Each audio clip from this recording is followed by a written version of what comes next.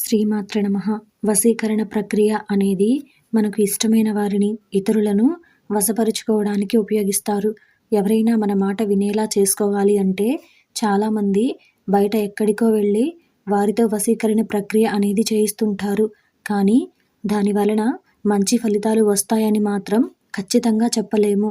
కానీ ఆ ప్రక్రియ కోసం చాలా డబ్బులను సమర్పించుకోవాల్సి వస్తుంది.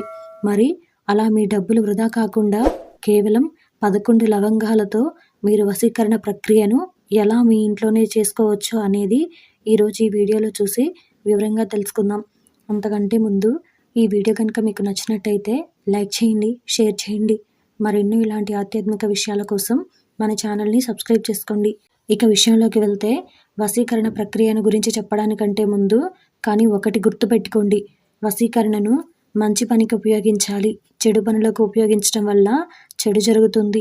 సాధారణంగా వశీకరణ ప్రక్రియ అనేది మనకు ఇష్టమైన వారిని, ఇతరులను వశపరుచుకోవడానికి ఉపయోగిస్తారు. వశీకరణను మంచి పనికి ఉపయోగించాలి.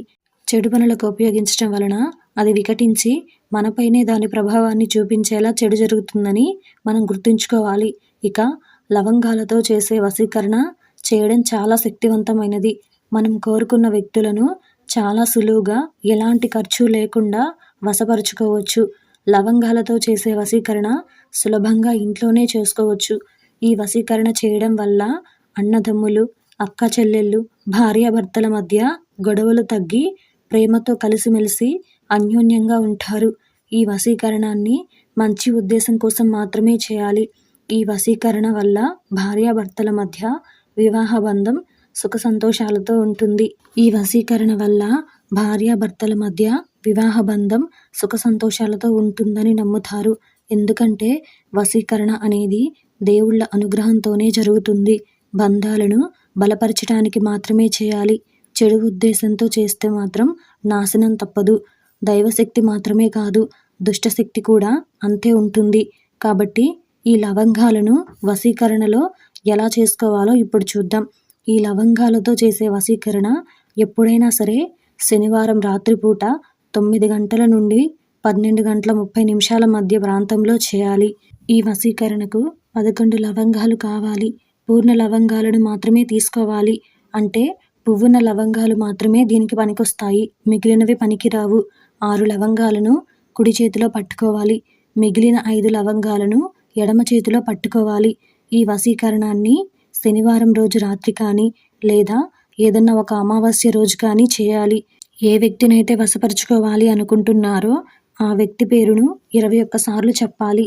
అలా చెప్పిన తర్వాత కుడి పిడికిలిని తెరిచి లవంగాలు నోటితో ఊది కింద పడేలా చేయాలి. మళ్ళీ కింద పడిన లవంగాలను తీసుకొని కుడి చేతి పిడికిలలోనే పెట్టుకోవాలి. ఎడమ చేతి లవంగాలను కదిలించకూడదు. మళ్ళీ ఆ వ్యక్తి పేరును 11 సార్లు చెప్పి కుడి చేతి పిడికిలిని తెరిచి నోటితో ఊది లవంగాలను కింద పడేలా చేయాలి. మళ్ళీ ఆ కింద పడిన లవంగాలను కుడి చేతిలోకి తీసుకోవాలి. కుడి చేతిలోని 6 లవంగాలను, ఎడమ చేతిలోని 5 లవంగాలను జాగ్రత్తగా భద్రపరచాలి. ఆ శనివారం మరుసటి రోజు అంటే ఆదివారం స్నానం చేసిన తర్వాత ఎడమ చేతిలోని 5 లవంగాలను ఒక ప్లాస్టిక్ కవర్లో వేసి నీరు పోసి మూట కట్టి డస్ట్బిన్లో వేయాలి. కుడి చేతిలోని 6 లవంగాలను కర్పూరంతో ఉంచి వెలిగించి కాల్చివేయాలి. ఈ వశీకరణను 4 శనివారాలు చేస్తే మంచి ఫలితం వస్తుంది. లేదా ఒక్క అమావాస్య రోజు చేసినా చాలా మంచి ఫలితం ఉంటుంది. అమావాస్య రోజు చేస్తే అమావాస్య మరుసటి రోజు ఆ లవంగాలను, ఎడమ చేతిలో 5 లవంగాలను ప్లాస్టిక్ కవర్లో కట్టి డస్ట్బిన్లో పడేయండి. కుడి చేతిలోని 6 లవంగాలను కర్పూరంతో కలిపి వెలిగించేసేయండి. ఈ వశీకరణ ద్వారా మీరు కోరుకున్న వ్యక్తి మీ వశమవుతాడు. మనం చేసే సంకల్పం మంచిదైతే ఖచ్చితంగా మనం అనుకున్న పనులనేవి నెరవేరుతాయి. కాబట్టి ఈ వశీకరణను మంచికి మాత్రమే ఉపయోగించాలి. చెడు పనులకు మాత్రం ఎట్టి పరిస్థితులలోనూ ఉపయోగించవద్దు.